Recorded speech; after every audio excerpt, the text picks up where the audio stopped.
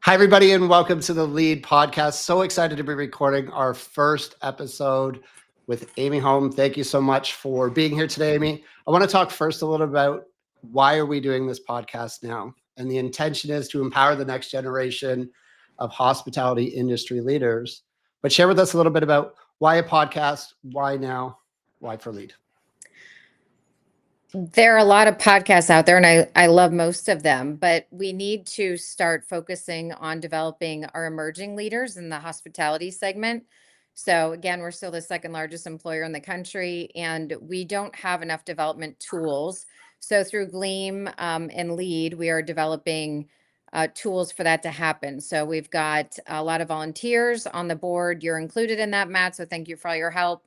Okay. And we're just trying to make a difference. So these quick little videos and podcasts that we're doing are tips and tricks on how to help you elevate yourself in the industry.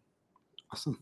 And just to expand on that, because Amy, what you've shared with me, I think is so powerful, is we want to educate that future leader listening right now. But if you're a leader of a large brand or team already, there's lessons on both sides of this conversation. Today, we're going to talk about difficult conversations. How do we embrace them? How do we get into them?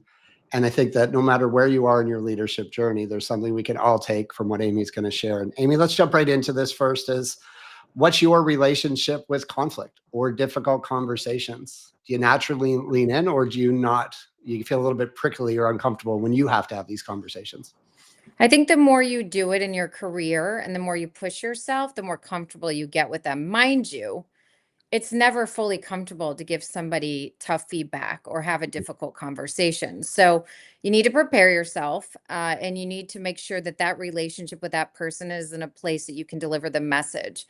And one thing that you and I were talking about prior to setting this up is that person ready to receive the feedback? And so, one of the things I always ask someone if I'm in a restaurant or running a shift is, hey, do you mind if I give you some feedback? To this date, no one said no. It could happen, Yeah. but nobody said no, and they take it. And then my job as a leader is to make sure I'm following up on that feedback.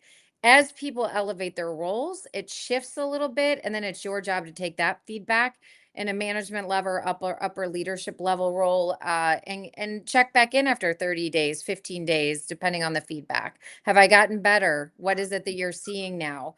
And am I improving? And there's a vulnerability to that. And that's also a leadership piece. And I love that. And there's like, if you're taking notes, Amy just shared something that I'd really write down is, are you open to feedback? It's a concept called framing. So we position and frame the conversation so both sides can engage or hear it. It's something that might sound simple, but when it's done consistently, has such a dramatic impact on the other person to hear the feedback. Before we move on, Amy, tell me a little bit about vulnerability. What's rather than the person receiving the feedback, tell me, like, what have you felt vulnerable, been vulnerable? What does vulnerability mean to you? Because it's about the development of the person, not just the feedback. How do you connect with Yeah, and sometimes it's so uncomfortable you lose sleep. I've had leaders call me and say, I'm losing a lot of sleep. I got to give this person feedback tomorrow. I have a lot of anxiety over it. And I want everybody to know that's normal. The person that's giving you the feedback, it's a gift. It's because they care and they're invested in you. And sometimes people don't realize that when they're actually getting the tough feedback or the good feedback, whatever it is, that person really cares. So being vulnerable in the moment, we're only human. But if you can really put down your guard, embrace the feedback, or when you're giving the feedback, and remember you're giving feedback to another human being, and read the room. And I think that that's really important. Like you were saying, some takeaways is read the room. Somebody may be going through something. Somebody may be not in a great headspace when you give it. And so asking them how they're doing, I know people, have heard me before talk about heart checks, but if their heart check's a 5 and they're open to it, that's the time to say, let's sit down and can I give you some feedback? And it's because I care. It's all in the delivery of the feedback, but being vulnerable and saying, listen, I'm here for you. And I care, and really seeing it as a person. There's a lot of leaders these days that give feedback and they'll say, oh, I gave that person feedback. They're not getting better. And it's kind of on us on how we deliver the message, if they're actually getting better and why they're not. And that's another step in digging in. Yeah. A couple of things you shared. The right feedback's about changing a behavior to get a different result. So did we get the result? Before we move on, some people might have heard about heart checks. Some of the audience hasn't heard about it. Tell me a little bit about heart checks. What's that? what's that's all about for you in your leadership communication? It's just to see how they're doing. There's a lot of stuff going on behind the scenes in people's lives. And so just saying 1 to 5, Matt, how are you doing today? 1 is I'm not great. 5 is I'm great. Let's go. Mhm. And the other day I had somebody, in a meeting say that they were 2. And we always do a question of the day. And whether it's celebrating somebody question of the day of what do you love about Max, it's Matt Day, or celebrating, what kind of animal, do you own at home and why do you love that animal? It's just getting to know people. We are in the human connection business, and we're in the hospitality industry. So if it starts there, we are planning on making sure that that trickles into the field. So where I sit. So it's important to know how people are feeling and if they are in a headspace to give the feedback. So heart checks are a big thing for me. And I know they still do them in a couple companies that I've left, and it's just really checking in and making sure they're doing okay. Yeah. And I love that, right? We see the human being before we see the team member, the coworker, the employee. It's how do we pause a little bit? I can't tell you how many opportunities I've had to ask somebody how they are. And they shared with me, nobody's asked me that today, this week, this month, this year. Sometimes It's you so bring important. so important. So one thing, Amy, I know a lot of people know Amy, but what I want to hear a little bit, let the audience know, because we have future leaders and existing leaders listening to this. Tell me a little bit about your journey. Tell me like where you started, some of the key points. I'm sure that people see the success, but what's behind the success of your journey as a leader in our industry? I started off as a host in the industry, and I had begged a gentleman in a restaurant to give me a job. It was the last place at the mall that was there for an opportunity, and it was a little odd circumstances. And I begged him, and I said, "I'll clean the toilets. I'll do whatever you need." And he gave me an opportunity, invested in me. And I think everyone in their careers had a few people take the time to invest in you. And here's the thing: 1 or 2 people along your career path can make or break your career. It matters what people say about you when you're not in the room. You have to have advocates, ambassadors, and mentors, and they're all different levels and doing different things, orchestrating your career. At the end of the day, it matters how you show up. And you and I talked about grit. Yeah. Emily Williams Knight talks about grit. It's so important that you show up with that and you put the time in. No one's going to give you your promotion on a pedestal. It's you have to earn it, and you have to put the time in. And one of the things I think that's really important for people to understand, especially emerging leaders, is feedback. There are leaders that get halted in what position they're in at that level in their career. They may be a regional manager, they may be a general manager, they may be a manager. And how you take feedback truly matters on if you're going to get to the next level. So for me, I watch folks, and if they can take feedback or they ask me for feedback and they're like, "Hey, you're watching me, like can you watch as I go into this presentation? Can I get feedback, or I'm on this shift today? At the end, can we sit down and get feedback?" Those are the people that I truly invest in, because those are the people that will make it to the next level because they're asking and they know how to take feedback. Those that don't, they don't make it very far in this industry, unfortunately. And they've got to learn how to do that and put their walls down. But like you and I talked about, not to talk about too many things at once, it all starts with trust. And so they have to know that you have their back as a leader, to help them get developed, and they're in a safe space when you're giving them that feedback, and that you're not telling everybody else about it. You're just saying, "Hey, Matt, I really want you to get better at X, Y, and Z.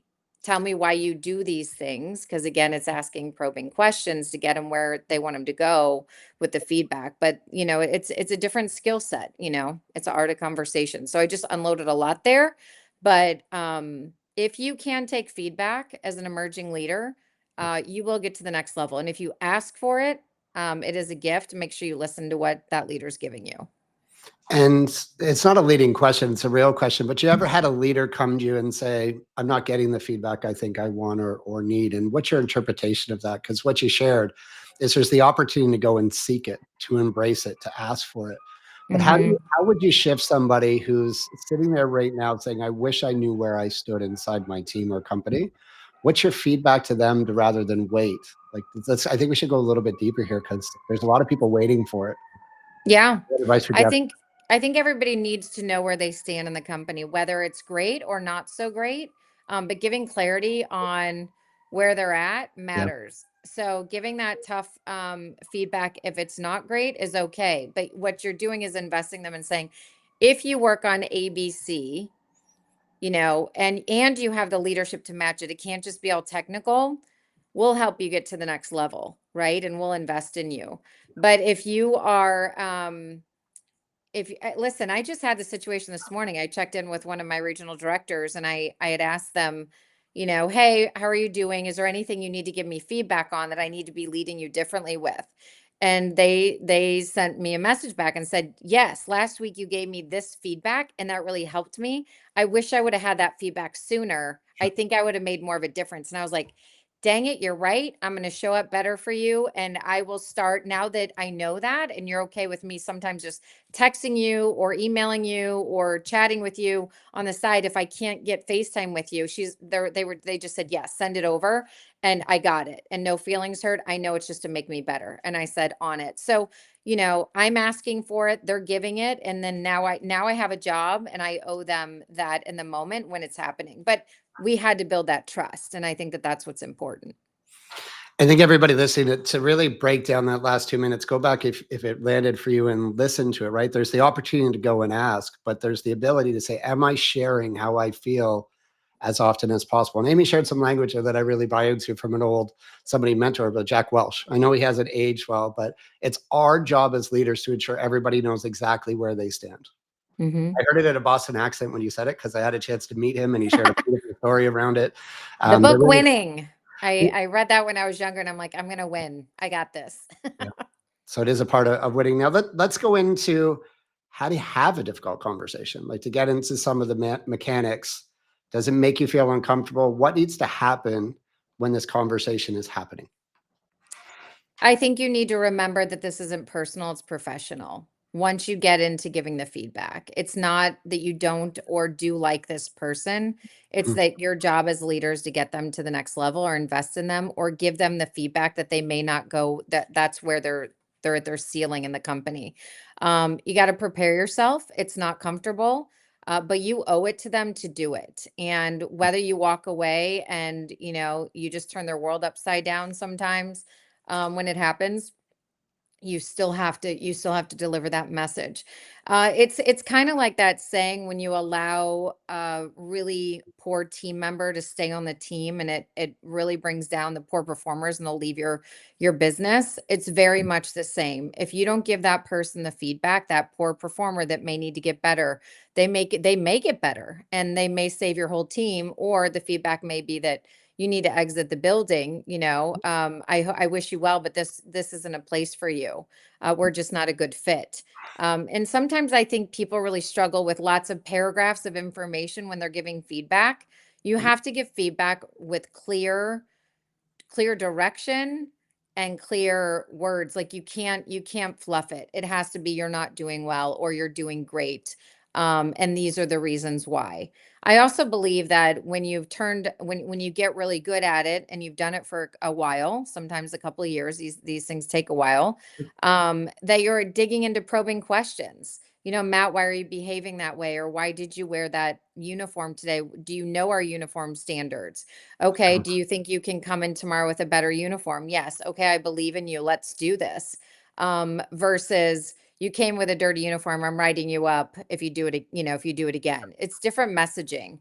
Yeah. So again, it's that art of conversation and how you deliver the message. When you're giving feedback, you want to leave them. People always say it's the Amy slap with the kiss, but you want to leave them feeling motivated and inspired that they want to do really good work for you. They don't want to let you down. And that is where that trust comes in. When you give feedback and they just flush it off, there's something broken in the relationship. When you give it and they're taking it and they're like, okay, I got it, I'm going to get better and I'll follow back up, that's when you know that they care. Yeah. And there's a couple of things that Amy just shared for everybody listening and watching. You can see Amy, her inflection changes in her voice when she's giving different feedback, even in this context. What I share with the leaders out there, it's not by mistake, it's by design. Amy shared something, it's the art of the conversation. And what I heard there that I'm going to take notes on, it's the repetition of message. When we get comfortable in repetition, just like when you're working out a muscle, when we're working it out, we get stronger. But if you leave it, it's going to get weaker. So there's an art of conversation, and Amy really is a master of inflection, communication, tone. As much as the words we're saying is how we embrace and show up to people. That's something that we can all learn from. Let's share a really get into a positive example of when you've given difficult feedback and had a difficult conversation where it really led to a turnaround for somebody that you were working with. What's a success story of what's felt challenging and turned into positive? Yeah, there's so many of those stories, and I think there's a lot for anybody that's in a leadership role when you're actually getting comfortable giving the feedback. And so, I've got a gentleman that works with me, and he's been with me through a couple different companies, and watching his growth is is been so fun and so bucket filling for myself. It's not about me, but watching him on his journey. So when we do his one-to-ones, we do one-to-ones, we do development planning and all those things. But when I'm on camera, or we stay on camera for face-to-face time, Mhm. and I'll give him feedback and he takes it, and then he'll ping me on the side. Am I doing it now? Am Wow. I getting better? And I'm like, you got this. And what's really cool about that is you see somebody really grow from an A to Z situation. And I think he could be in a place at some point in his soon to be career where he could run the company at a much larger role of influence. But just watching him, and it really is about the fact that I'll say something and he'll adjust very, very quickly. And he'll say, okay, is this what you're seeing? Am I impacting more? The other thing that's really important, I think, for emerging leaders is to find out what decision rights they have, Yeah. because watching him run different departments and different roles throughout the years, giving him the decision rights, he'll come to me and say, hey, I'm gonna do ABC. Is that okay? And I'll say, well, you tell me.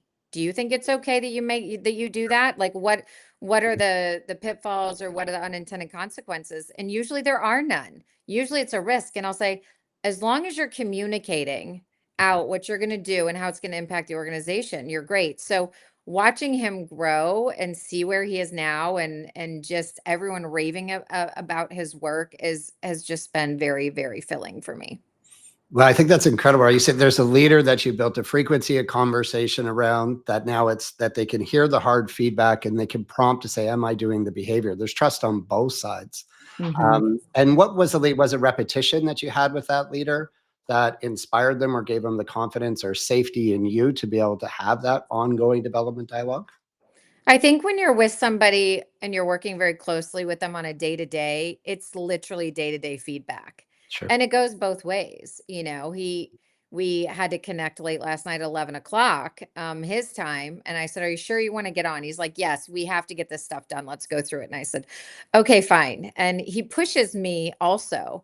And so when you really find some of those key players in the business or around you, that have your back no matter what. They trust you, you trust them. It's because they're getting really good work done.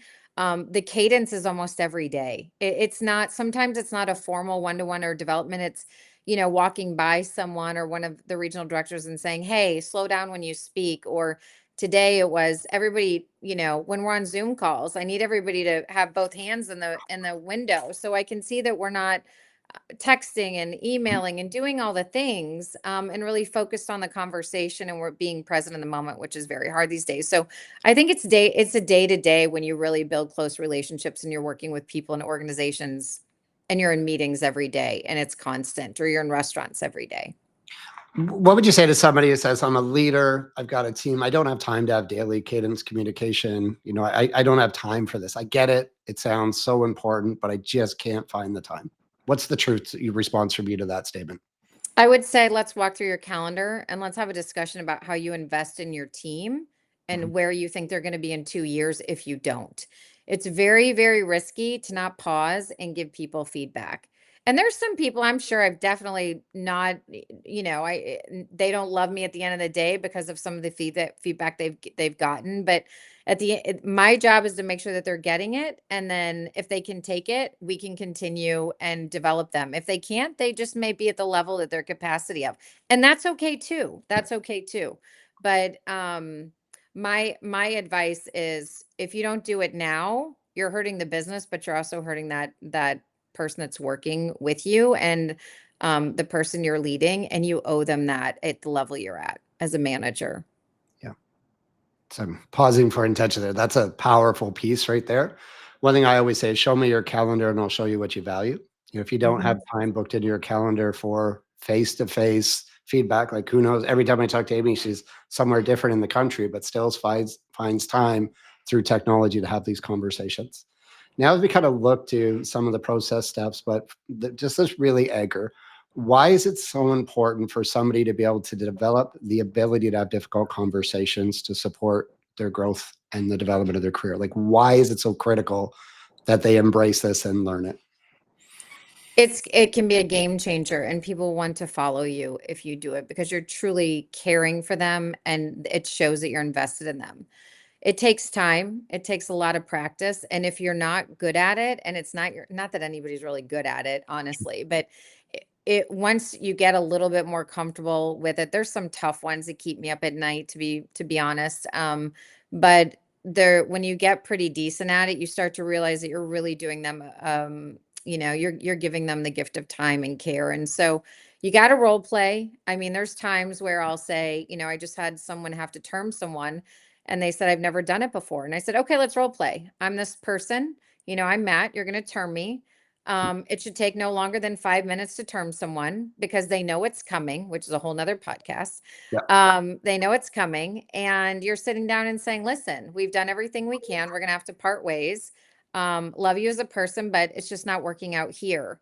Mhm. And that's it. And they can rebuke it and have conversation. But at the end of the day, we've already made the decision. Thank you so much.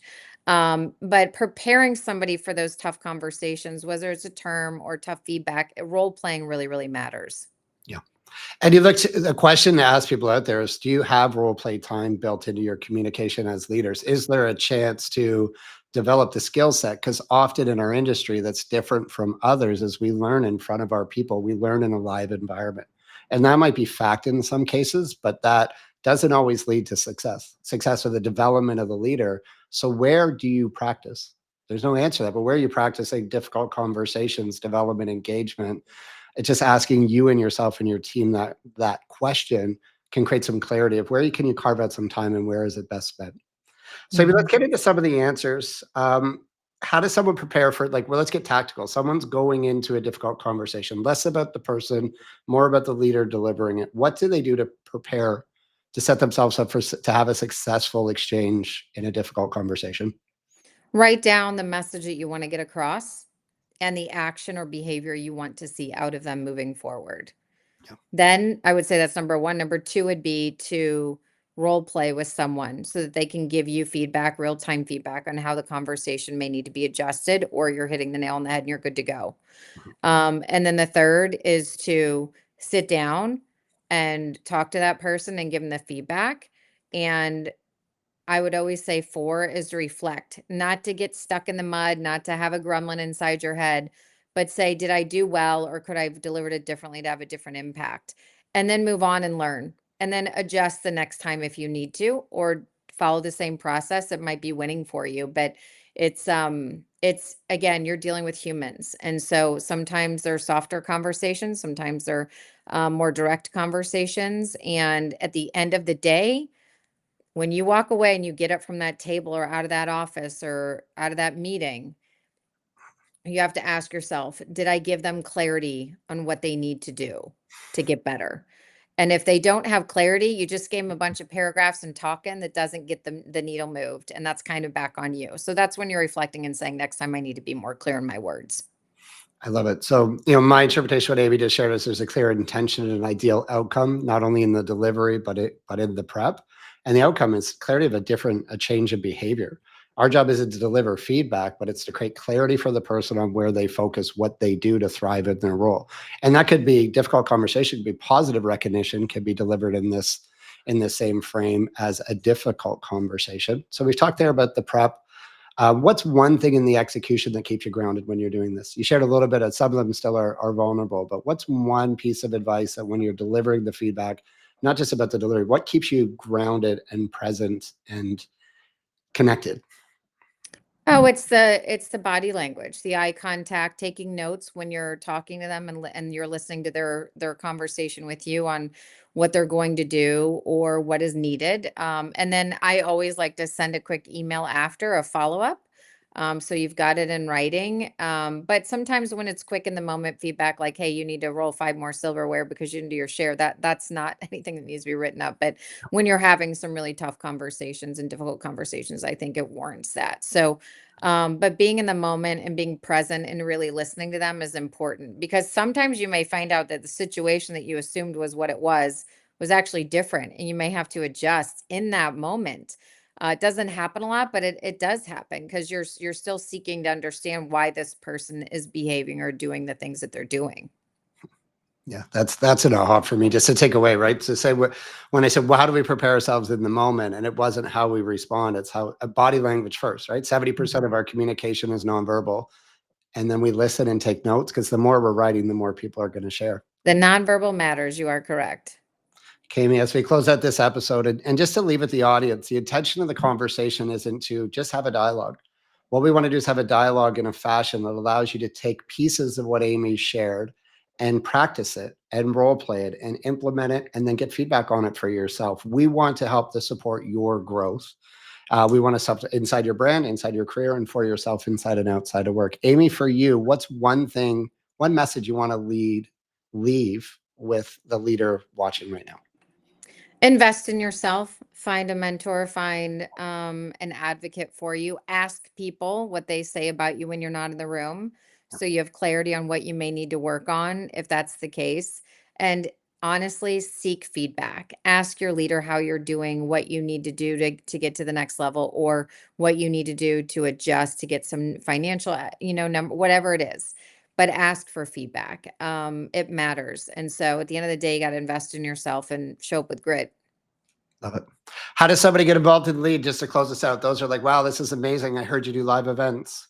What Well, can they Matt, I have to ask you, how do you do it? You've shown up at a couple lead events, and you're a badass speaker at them. So how do we do them? I think from my perspective, I saw the influence that you're having on people and the amount of passion that the council and the lead group has. And it just asks to get involved if you're a leader that wants to be involved. If you have the ability, I have people that are going to travel far for one of the events coming up just to be in the room based on the power that's there. If you want to invest in yourself, you have to carve out the time. Take that Mhm. chance, find that time, make the trip. The way that Lead's designed this, you are going to get some of the best speakers and industry influencers in a room that you would get access to otherwise. I think it's brilliant, and I'm just grateful to be involved. And Amy, thank you so much for the conversation. We're grateful to have you. Blessed to call you a friend. Thanks.